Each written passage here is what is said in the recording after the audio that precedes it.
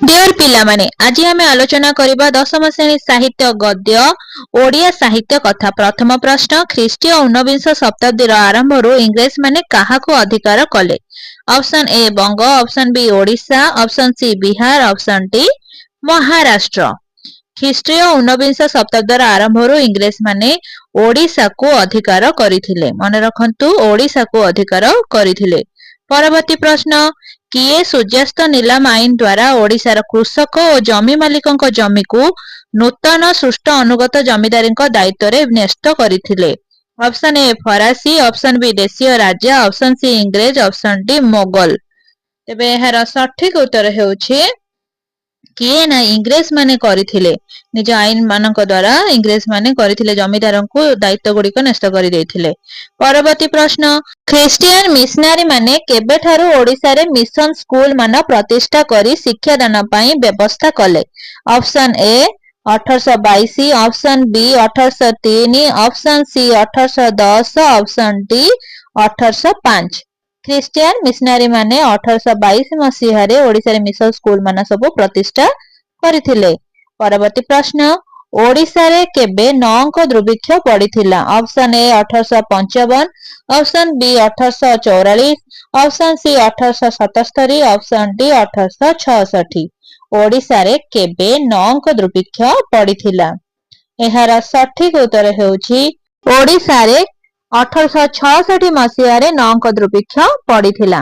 परवर्ती प्रश्न, नौंक दुर्भिक्षर महाश्मशान केउ सुप्त जातिर निद्रा भांग हेला? Option A Bangla, option B Gujarati, option C Odia, option D Marathi. नौंक दुर्भिक्षर महाश्मशान केउ सुप्त जातिर निद्रा भांग हेला? एहार सठिक उत्तर हेउछि ओडिया मानकर निद्रा भांग हेला। जिबा परवर्ती प्रश्न को। तेबे कुह 1828 रे राजा राममोहन राय केउ धर्म प्रतिष्ठा कले? राजा राममोहन राय ऑप्शन ए शैव, ऑप्शन बी ब्राह्म, ऑप्शन सी ब्राह्मण्य, ऑप्शन डी वैष्णव। तबे 1828 रे राजा राममोहन राय केउ धर्म प्रतिष्ठा करथिले? एहार सठिक उत्तर हेउछि ब्राह्म धर्म प्रतिष्ठा करथिले राजा राममोहन राय।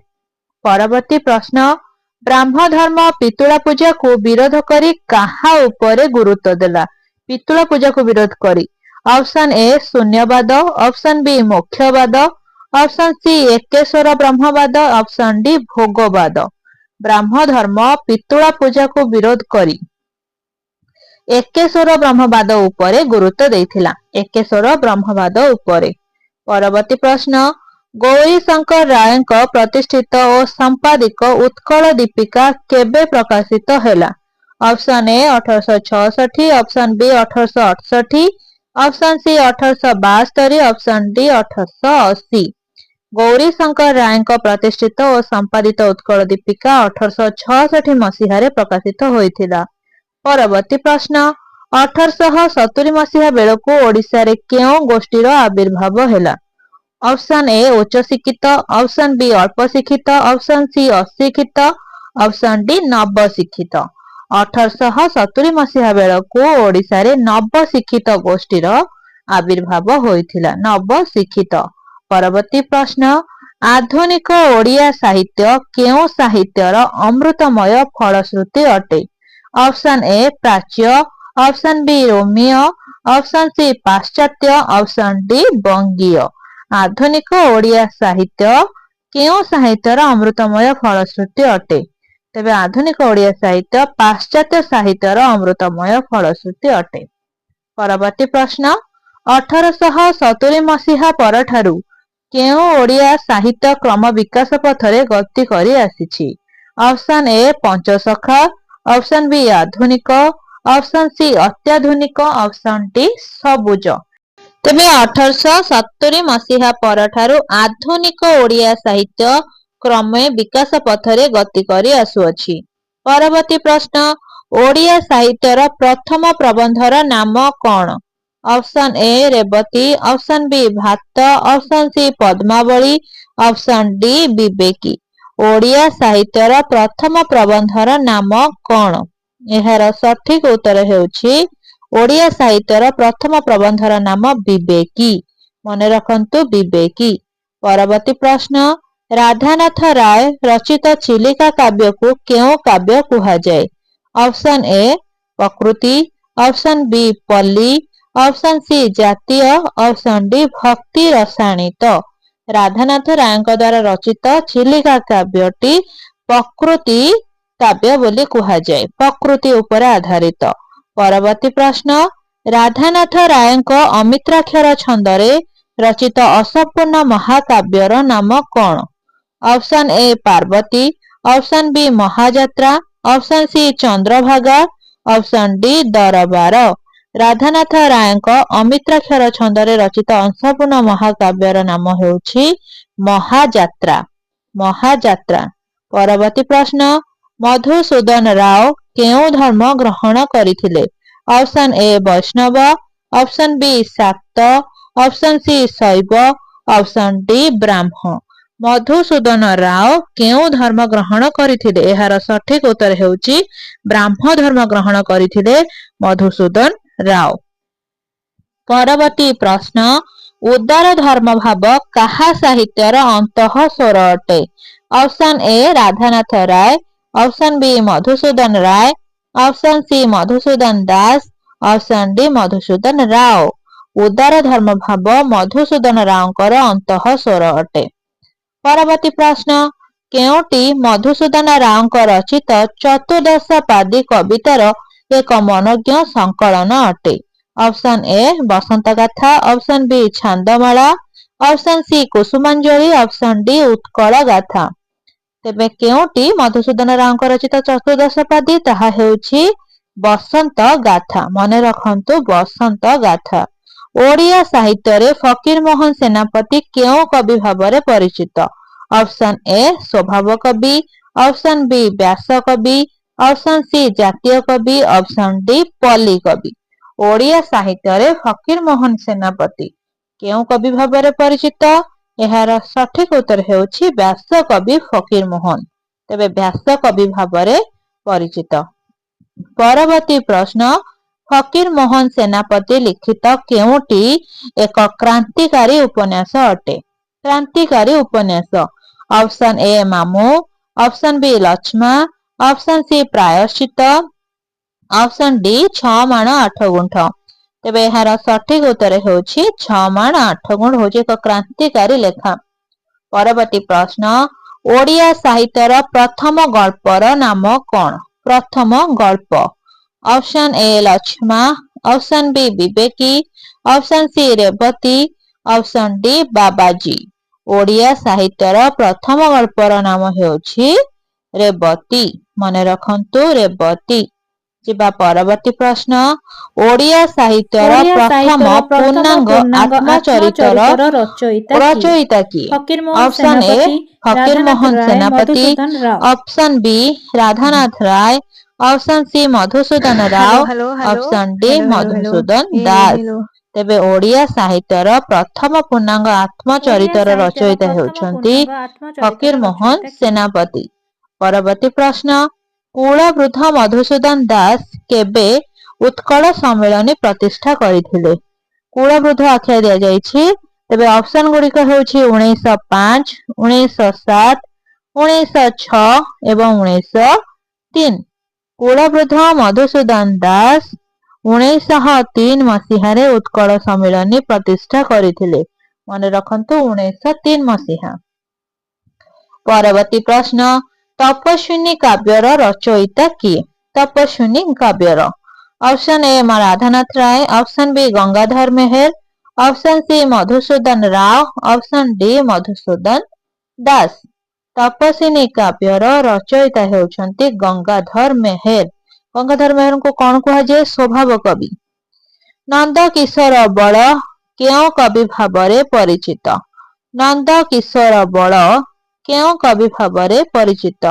ଅପସନ୍ ଏ ସ୍ୱଭାବ କବି, ଅପସନ୍ ବି ପଲ୍ଲୀ କବି, ଅପସନ୍ ସି ବିଦଗ୍ଧ କବି, ଅପସନ୍ ଡି ବ୍ୟାସ କବି।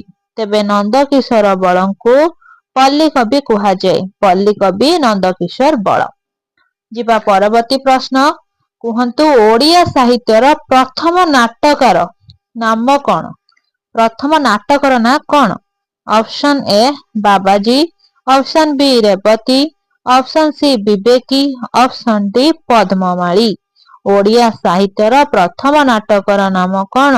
ତାହା ହେଉଛି ବାବାଜୀ। ମନେ ରଖନ୍ତୁ, ପ୍ରଥମ ନାଟକ ବାବାଜୀ। ପରବର୍ତ୍ତୀ ପ୍ରଶ୍ନ, ବାବାଜୀ ନାଟକର ରଚୟିତା କିଏ? ଅପସନ୍ ଏ Umesh Chandra Sarkar, option B Ramshankar Ray, option C Jagannathlal, option D Shashi Bhushan Ray. Babaji ନାଟକର ରଚୟିତା କିଏ? ବାବାଜୀ ନାଟକର ରଚୟିତା ହେଲେ ଜଗନ୍ମୋହନ ଲାଲ। ଜଗନ୍ମୋହନ ଲାଲ।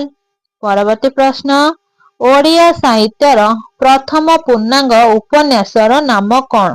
Option A Rebati, option B Babaji, option C Bibeki, option D Padmamali.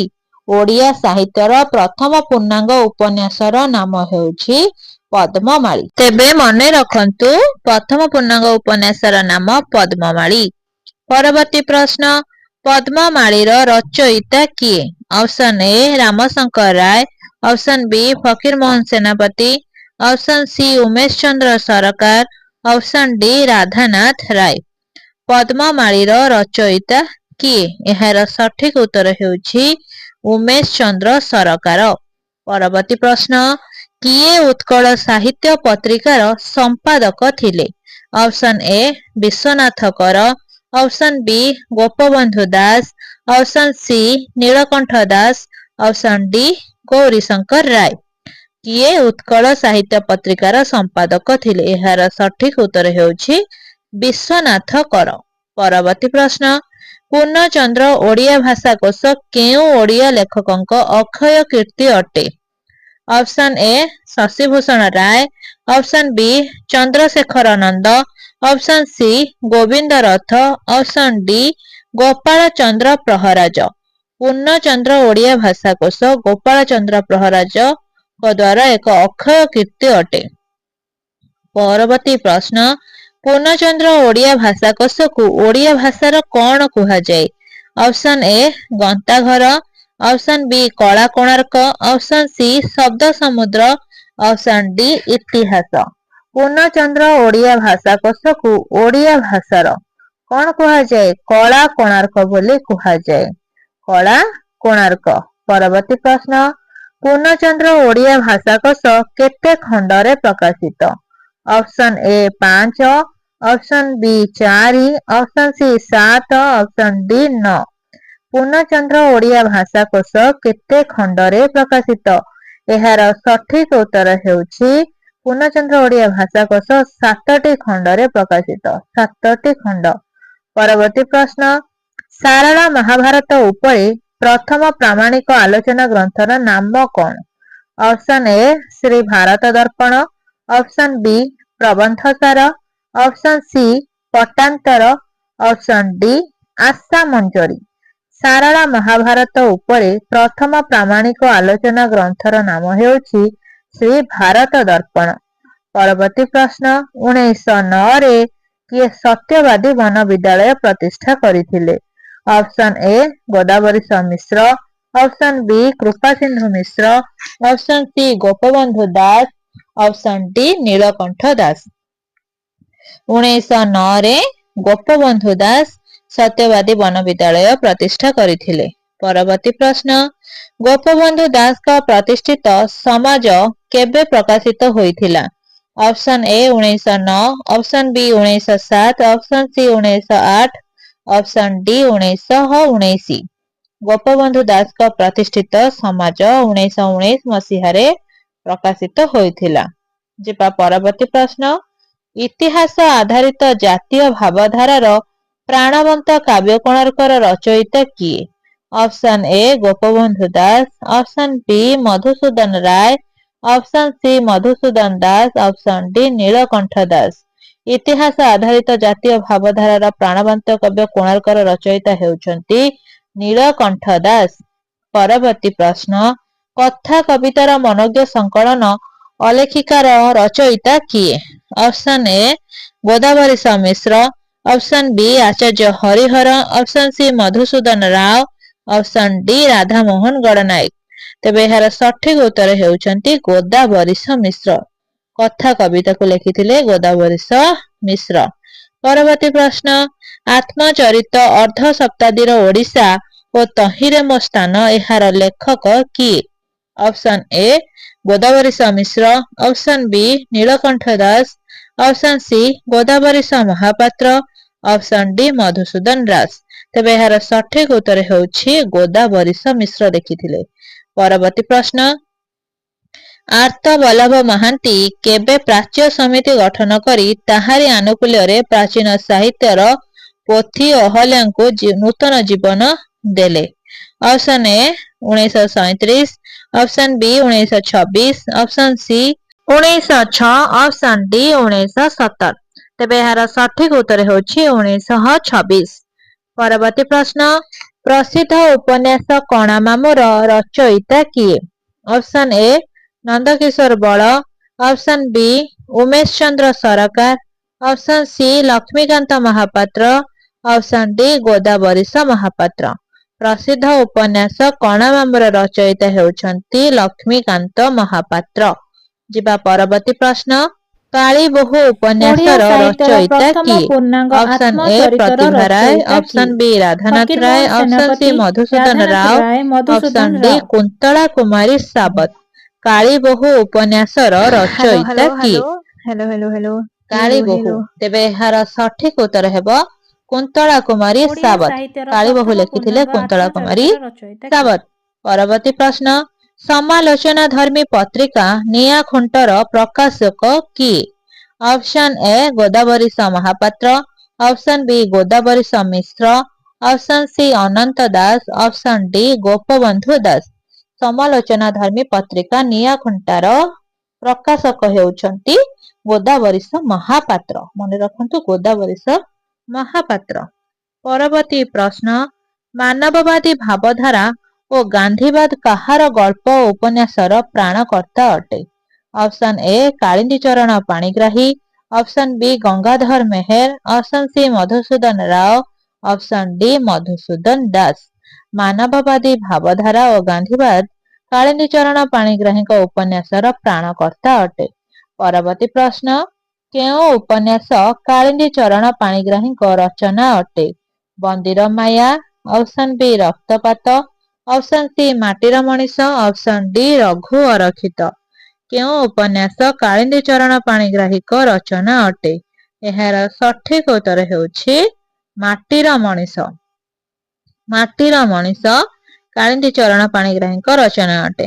ପରବର୍ତ୍ତୀ ପ୍ରଶ୍ନ, 1903 ପରେ କେଉଁ ବାଦ ଭାରତରେ ପ୍ରମୁଖ ଭାବରେ ବିସ୍ତାର କଲା? ଅପସନ ଏ ତତ୍ତ୍ୱବାଦ, ଅପସନ ବି ଗାନ୍ଧୀବାଦ, ଅପସନ ସି ଭକ୍ତିବାଦ, ଅପସନ ଡି ମାର୍କ୍ସବାଦ। 1903 ପରେ ଭାରତରେ ପ୍ରମୁଖ ଭାବରେ ମାର୍କ୍ସବାଦ ବିସ୍ତାର କରିଥିଲା। ପରବର୍ତ୍ତୀ ପ୍ରଶ୍ନ, ମନେ ରଖନ୍ତୁ ଏଟା ମାର୍କ୍ସବାଦ ବୋଲି। ପରବର୍ତ୍ତୀ ପ୍ରଶ୍ନ, ନବଯୁଗ ସାହିତ୍ୟ ସଂସଦ କେବେ ପ୍ରତିଷ୍ଠିତ ହୋଇଥିଲା? ଅପସନ ଏ 1953 ମସିହା, ଅପସନ ବି 1930, option C 1909, option D 1935। Navyug ସାହିତ୍ୟ ସଂସଦ କେବେ ପ୍ରତିଷ୍ଠିତ ହୋଇଥିଲା? ଏହାର ସଠିକ ଉତ୍ତର ହେଉଛି 1935 ମସିହାରେ ପ୍ରତିଷ୍ଠା ହୋଇଥିଲା। ପରବର୍ତ୍ତୀ ପ୍ରଶ୍ନ, ନବଯୁଗ ସାହିତ୍ୟ ସଂସଦ ଆନୁକୂଲ୍ୟରେ ପ୍ରକାଶିତ ପତ୍ରିକାର ନାମ କଣ? Option A Adhunika, option B Mukura, option C Nabarabi, option D Utkal ସାହିତ୍ୟ।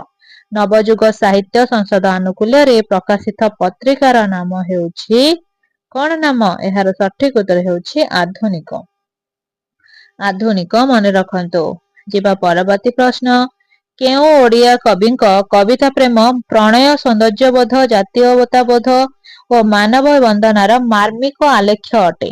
ଅପସନ ଏ ମାୟାଧର ମାନସିଂହ, ଅପସନ ବି ଫକୀରମୋହନ ସେନାପତି, option C Umesh Chandra Sarkar, option D Mayadhar Mansingh. ତେବେ ଏହାର ସଠିକ ଉତ୍ତର ହେଉଛି ମାୟାଧର ମାନସିଂହ। ପରବର୍ତ୍ତୀ ପ୍ରଶ୍ନ, ଭାନୁମତୀର ଦେଶ ଏହି କବିତା ପୁସ୍ତକର ରଚୟିତା କିଏ? Option A Sachidananda Routray, option B Gopabandhu Das, option C Nilakantha Das, option D Gaurishankar Ray. ଭାନୁମତୀର ଦେଶ ଏହି କବିତା ପୁସ୍ତକର ରଚୟିତା ହେଉଛନ୍ତି ସଚିଦାନନ୍ଦ ରାଉତରାୟ। ଯିବା ପରବର୍ତ୍ତୀ ପ୍ରଶ୍ନ, ପ୍ରସିଦ୍ଧ ଉପନ୍ୟାସ ମାଟି ମଟାଳର ରଚୟିତା କିଏ? Option A Shashibhushan Ray, option B Chandrasekhar Nanda, option C Gobinda Rath, option D Gopinath Mohanty. ପ୍ରସିଦ୍ଧ ଉପନ୍ୟାସ ମାଟି ମଟାଳର ରଚୟିତା କିଏ? ଏହାର ସଠିକ ଉତ୍ତର ହେଉଛି ଗୋପୀନାଥ ମହାନ୍ତି। ମାଟି ମଟାଳ ଗୋପୀନାଥ ମହାନ୍ତି। ପରବର୍ତ୍ତୀ ପ୍ରଶ୍ନ, ରାଧା ମୋହନ ଗଡ଼ନାୟକ କେଉଁ କବି ଭାବରେ ପ୍ରସିଦ୍ଧ? ଅପସନ୍ ଏ ପଲ୍ଲୀ କବି, ଅପସନ୍ ବି ବିଦଗ୍ଧ କବି, ଅପସନ୍ ସି ସ୍ୱଭାବ କବି, ଅପସନ୍ ଡି ଗାଥା କବି। ରାଧା ମୋହନ ଗଡ଼ନାୟକ କେଉଁ କବି ଭାବରେ ପ୍ରସିଦ୍ଧ? ଏହାର ସଠିକ ଉତ୍ତର ହେଉଛି ରାଧା ମୋହନ ଗଡ଼ନାୟକ ଗାଥା କବି ଭାବରେ ପ୍ରସିଦ୍ଧ। ଗାଥା କବି, ମନେ ରଖନ୍ତୁ ଗାଥା କବି। ପରବର୍ତ୍ତୀ ପ୍ରଶ୍ନ, ସଚ୍ଚିଦାନନ୍ଦ ରାଉତରାୟଙ୍କର ଆତ୍ମଚରିତର ନାମ କଣ? ଅପସନ୍ ଏ ଆତ୍ମଚରିତ, ଅପସନ୍ ବି ଅଧ ଶତାବ୍ଦୀର ଓଡ଼ିଶା ଓ ତହିଁରେ ମୋ ସ୍ଥାନ, ଅପସନ୍ ସି ଉତ୍ତର କକ୍ଷ, ଅପସନ୍ ଡି ଆରବ ସାଗରରୁ ଚିଲିକା। ସଚ୍ଚିଦାନନ୍ଦ ରାଉତରାୟଙ୍କର ଆତ୍ମଚରିତର ନାମ କଣ? ଏହାର ସଠିକ ଉତ୍ତର ହେଉଛି ଉତ୍ତର କକ୍ଷ। ମନେ ରଖନ୍ତୁ ଉତ୍ତର କକ୍ଷ। ପରବର୍ତ୍ତୀ ପ୍ରଶ୍ନ, ହା ଅନ ଉପନ୍ୟାସର ରଚୟିତା କିଏ? Option A Kanhu Charan Mohanty, option B Kalindi Charan Panigrahi, option C Sachidananda Routray, option D Madhusudan Das. ହା ଅନ ଉପନ୍ୟାସର ରଚୟିତା କିଏ? ଏହାର ସଠିକ ଉତ୍ତର ହେଉଛି କାହ୍ନୁଚରଣ ମହାନ୍ତି। ହା ଅନ କାହ୍ନୁଚରଣ ମହାନ୍ତି। ପରବର୍ତ୍ତୀ ପ୍ରଶ୍ନ, ସ୍ୱାଧୀନତା ଲାଭ ପରେ ଓଡ଼ିଆ ସାହିତ୍ୟରେ ପାଶ୍ଚାତ୍ୟ ପ୍ରଭାବ ଫଳରେ କେଉଁ ଯୁଗର ଉନ୍ମେଷ ହେଲା? Option A Satyabadi, option B ଅତ୍ୟାଧୁନିକ, ଅପସନ୍ ସି ଆଧୁନିକ, ଅପସନ୍ ଡି ସାରଳା।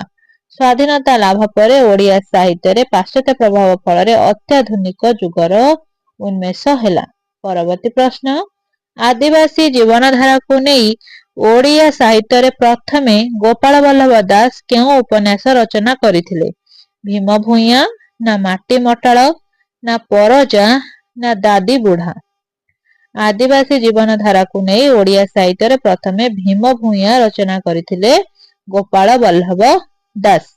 ପରବର୍ତ୍ତୀ ପ୍ରଶ୍ନ, ନୀଳଶୈଳ ଗଳ୍ପ ପୁସ୍ତକର ଗାଳ୍ପିକ କିଏ? Nilashaila, option A Nilamani Sahu, option B Shantanu Acharya, option C Surendra Mohanty, option D Rabi Patnaik. Nilashaila ଗଳ୍ପ ପୁସ୍ତକର ଗାଳ୍ପିକ ହେଉଛନ୍ତି ସୁରେନ୍ଦ୍ର ମହାନ୍ତି। ସୁରେନ୍ଦ୍ର ମହାନ୍ତି। ପରବର୍ତ୍ତୀ ପ୍ରଶ୍ନ, 1949ରେ କେଉଁ ପ୍ରଖ୍ୟାତ ସାହିତ୍ୟ ପତ୍ରିକା ପ୍ରକାଶିତ ହୋଇଥିଲା? Option A Jhankar, option B Dinalipi, option C Nabarabi, option D Utkal Samaj. 1949ରେ ଝଙ୍କାର ସାହିତ୍ୟ ପତ୍ରିକା ପ୍ରକାଶିତ ହୋଇଥିଲା। ଝଙ୍କାର, 1949 ଝଙ୍କାର। ପରବର୍ତ୍ତୀ ପ୍ରଶ୍ନ, ଚିନ୍ତାମୂଳକ ରମ୍ୟ ରଚନା ଓ ପ୍ରବନ୍ଧ ପୁସ୍ତକ ଗାଁ ମଜଲିସର ଲେଖକ କିଏ? Option A Harekrushna Mahtab, option B Nilakantha Das, option C Godabarish Mahapatra, option D Madhusudan Das.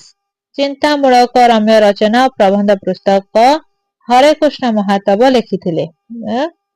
ପରବର୍ତ୍ତୀ ପ୍ରଶ୍ନ, ସାଧନାର ପଥେ ଓ ଆରବ ସାଗରରୁ ଚିଲିକା କାହାର ଆତ୍ମଚରିତ ଅଟେ? Option A Madhusudan Das, option B Mahatma Gandhi, option C Harekrushna Mahtab, option D Premchand. ତେବେ ସାଧନାର ପଥେ ଓ ଆରବ ସାଗରରୁ ଚିଲିକା ହରେକୃଷ୍ଣ ମହାତାବଙ୍କ ଦ୍ୱାରା ରଚିତ ଅଟେ। ଆତ୍ମଚରିତ ଅଟେ ହରେକୃଷ୍ଣ ମହାତାବଙ୍କର।